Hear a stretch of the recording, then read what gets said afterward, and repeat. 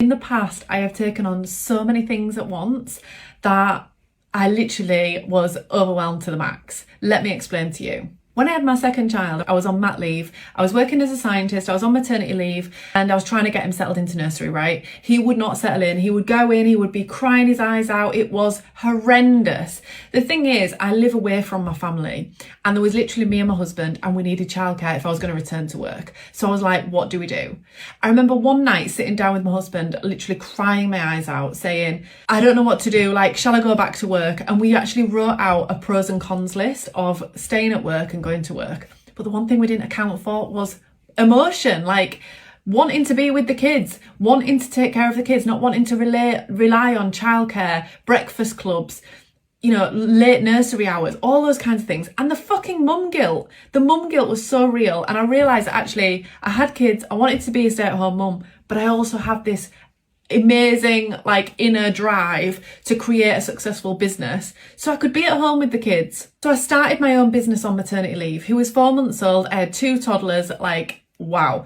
But here's what happened. I was squeezing in all the nooks and crannies to learn how to grow this business.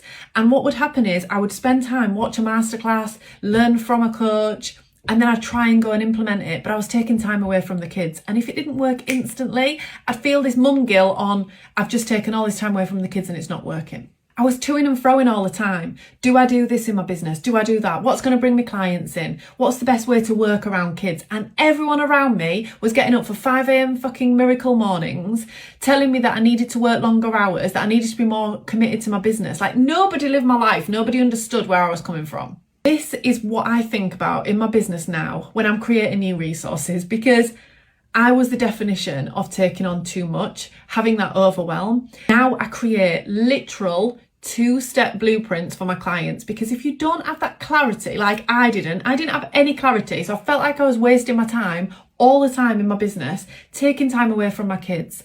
I give them that 2-step blueprint, which literally is how to create your offers, how to sell your offers. And that is it. Yes, we go into all the nooks and crannies of that, but those are the 2 main things that you need to learn in your business, because that's what massively shifted mine. For me, having that clarity made the difference. Going from overwhelm to really simplifying my business. What do I want to charge for my clients? How do I want to price them?